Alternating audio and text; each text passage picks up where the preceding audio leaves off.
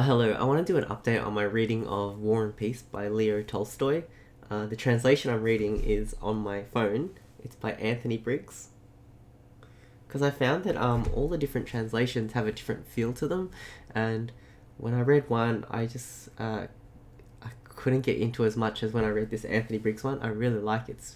I don't know how to explain it, but maybe it's more simple or something. I'm not sure, but it really appeals to me. So this is the version that I'm reading, and I've been reading it for a long time. And I took like long breaks in between because I got distracted and was either reading other things or not reading at all. So it's been more than, I think, at least 2 years or something. Maybe I don't know how long it's been, but it's been a long time. But now I feel like, because I'm looking at my progress in it, I'm about one third of the way in. I think I'm on page 565 of like, I don't know how long the book is. I think it's like 1,000 and something pages. But I'm on chapter 21 of part 3 of volume 2. So when I'm in the reading, I can't even tell like where I'm up to in chapters and stuff, because every chapter is like, I would say on average about 4 pages. So it's not hard to read a chapter. Like it take like 10 minutes or something like that. But when you're in it, you just like, especially because I'm reading on the because I find it easy, because the book is really big and heavy. So instead of carrying around, it's always on my phone, so I can read it on my phone, and I really like reading it that way. So I actually don't know where I am in the story, but like when I look at it, I'm one third of the way. And I just wanted to make this post because it really just occurred to me in the last week or so, but it's like I'm really starting to really like this book a lot, and I almost feel like if it keeps this up like how it is now, it might become my favorite book, and that of all time, because right now my favorite book is probably Musashi. It's this Japanese book. It was really good. And also maybe Lord of the Rings, something like that, or Prisoner of Azkaban. But this book is like unique compared to any other book I've read. It's just like when you describe it in words, you can't really it's very hard in a short amount of time to describe why it's so good. But when I read it, it's like there's a rhythm to it. You kind of get into this rhythm of what it's like of reading it, and it's very much in depth. Like the thing I like about it, it's talking about people and what they're thinking and what their relationships to other people are. It's kind of almost like I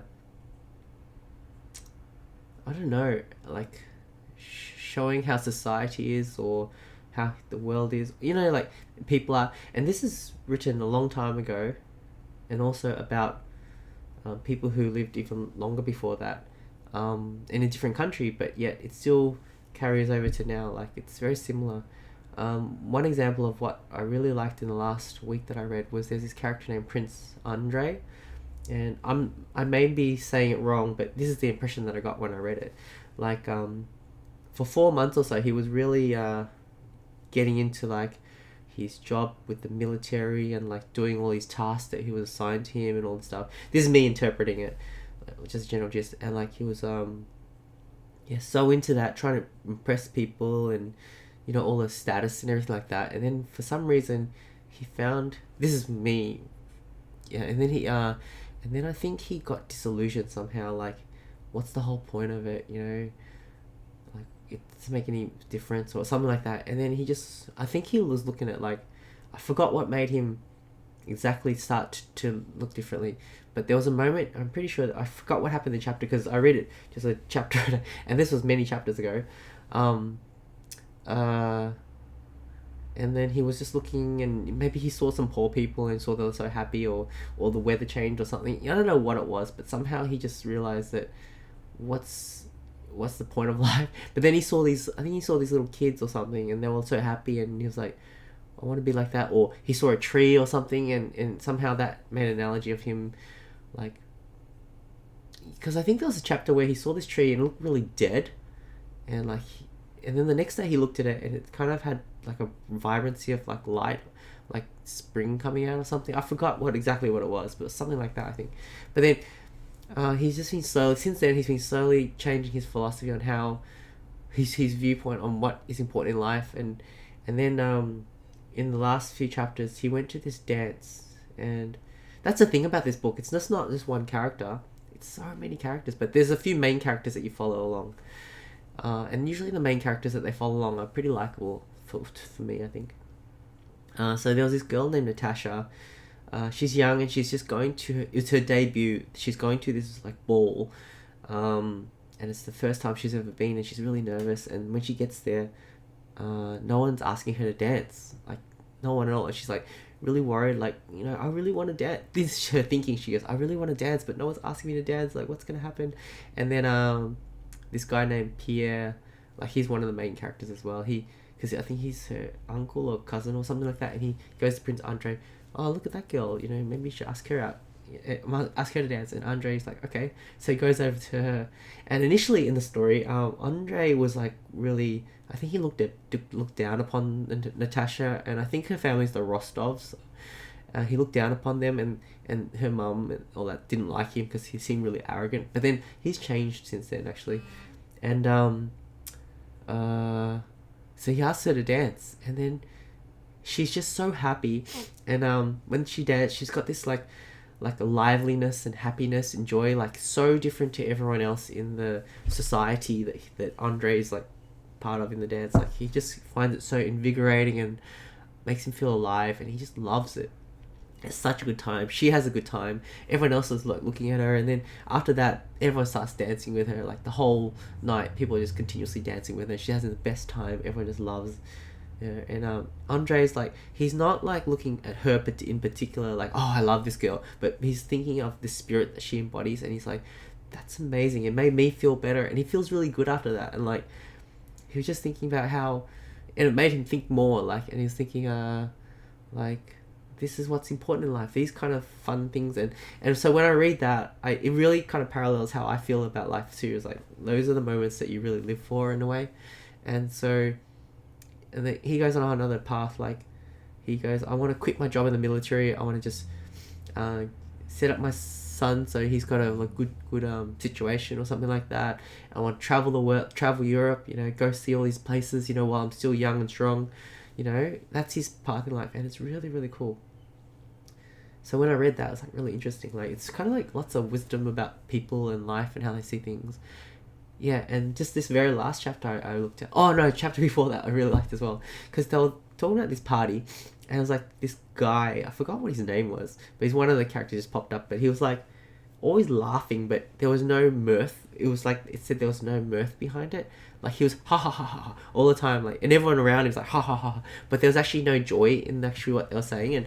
And I forgot, was it Andre or something was looking at them? He just realized, like, he used to idolize this guy. I think this guy was like a high general or something. I forgot what it was. But he goes, when he looked at him, it was like there was no joy underneath it or something like that. I forgot how it was explained, but it was really interesting. And I forgot who, yeah, and then, yeah, at this part, yeah, I don't know what, but when I read these, when I go into real life, it just makes me feel more calmer, like, I don't know how, it just does. like, what's important in life, and who cares about status, well, you know, I don't know how to explain it, but it just makes me feel better reading this book. And the chapter I just read was about these two people who invited Pierre over to, they want to have a party at their house, and the man, he's really into status. So he started off really low, and he goes, I only make friends with people higher ranked than me, because they're the ones that can bring you up, and look what's happened to me all this time from doing this. Like, I used to be really low, and now I'm like, I've got my own regiment, all this stuff. And he's married to this woman who also, I don't know, they both are married, but they don't like each other.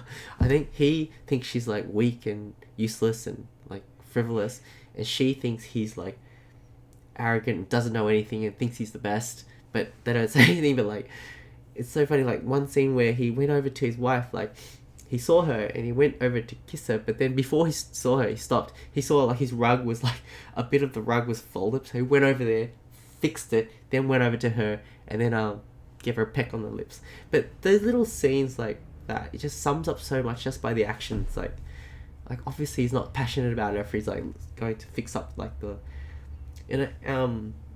rug before he goes to kiss her. And also, she's wearing this cloak or something that he bought her, and he bought it her, and it's really expensive. So when he hugged her, he it actually describes he didn't really hold on to really tight because he didn't want to damage the cloak. Things like that, like Leo Tolstoy, I mean, I'm really amazed by it, that he wrote and all these little details that you can extrapolate a lot of their character from what they do. Like, and when this party arrived, like Pierre arrived, and it's like their house is set up so nicely that it's almost like you don't want to sit on all the couches because everything's already set really perfectly. You don't want to damage any, you don't want to make anything out of place. You know what I mean? Like, it's like this house that they're hosting, and like, yeah, cushions, everything, like everything's perfect. But you don't want to sit down on it, because if you sit down it'll just wreck it. You know what I mean? Like, that's the feeling that they get from that house. And yet you get a house like the Rostovs, which initially Rostovs is the Natasha's family's house. They're poor, but he went over there for dinner, and yet he used to really look down on his family because they weren't that great, ranked high rank or whatever. But he had the best time, and like he found them really charming and everything like that. And the father of the house was really charitable and warm and everything, and he loved it. So it's just, see, these contrasts and stuff like that. And this is only 1/3 of the way in. So that's pretty much all I want to say. Because I'm only 1/3 of the way in, and it's like, I really look forward to reading these chapters. And another thing that's got me back reading into it, because it's so long, like, and before I really got into it, it was like, I found it really hard, because you read, and you feel like you're not even getting anywhere. But the thing I've learned from other things as well, like, not just in reading this book, but sometimes it's not good to say, I want to finish it. Like, let's hurry up and finish this, because then it's not as enjoyable, and it's a chore and everything like that. But with reading this, I now, especially because now it's on the app, I don't even care about, like, finishing it. I just enjoying doing. This is the thing that got me reading it a lot. I think a week ago I read someone who really loved War and Peace and keeps reading all over and over again, and they worked out, because they're like, I always love reading War and Peace, but I want to read other books as well. I've finished War and Peace, but then what do I do? And they worked out that because there's so many chapters and each chapter is really short, if you work it out, it's almost a chapter per day. If you read one chapter every day, you'd finish in 1 year. Like, I think there's like, if he works it out, it's like 360 chapters. I don't know if exactly that, but it's close to that maybe. But imagine if it was exactly 365 or whatever. Then Leo Tolstoy's war. But he already is war from reading this. But when I read that, I was like, all I have to do is read one chapter a day, which is really easy to do. Like 10 minutes, 5 minutes, whatever. Some chapters are like 2 pages. There was one chapter that was like 11 pages or 10 pages, and I was like, what is this? So long.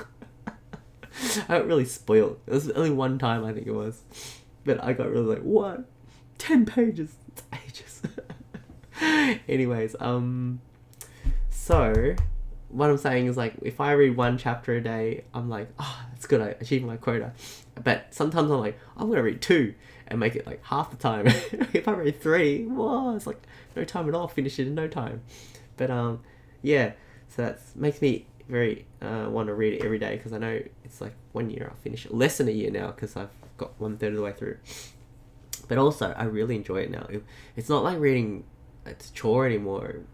Now that I know what to expect, I think at the start, because it's so different to any other book, I was expecting like a fast-moving, I don't know, not a fast-moving plot, but some plot. But really, I don't think there is a, maybe there is a plot. Maybe there's a plot in the grand scheme of things, but it's not really about that. It's more like things are happening in this world, and you're just like seeing all these different characters have their day, and short things that kind of sums up and has meaning. Every chapter has some point to it, I reckon. It's not just a chapter just blah, like nothing happened.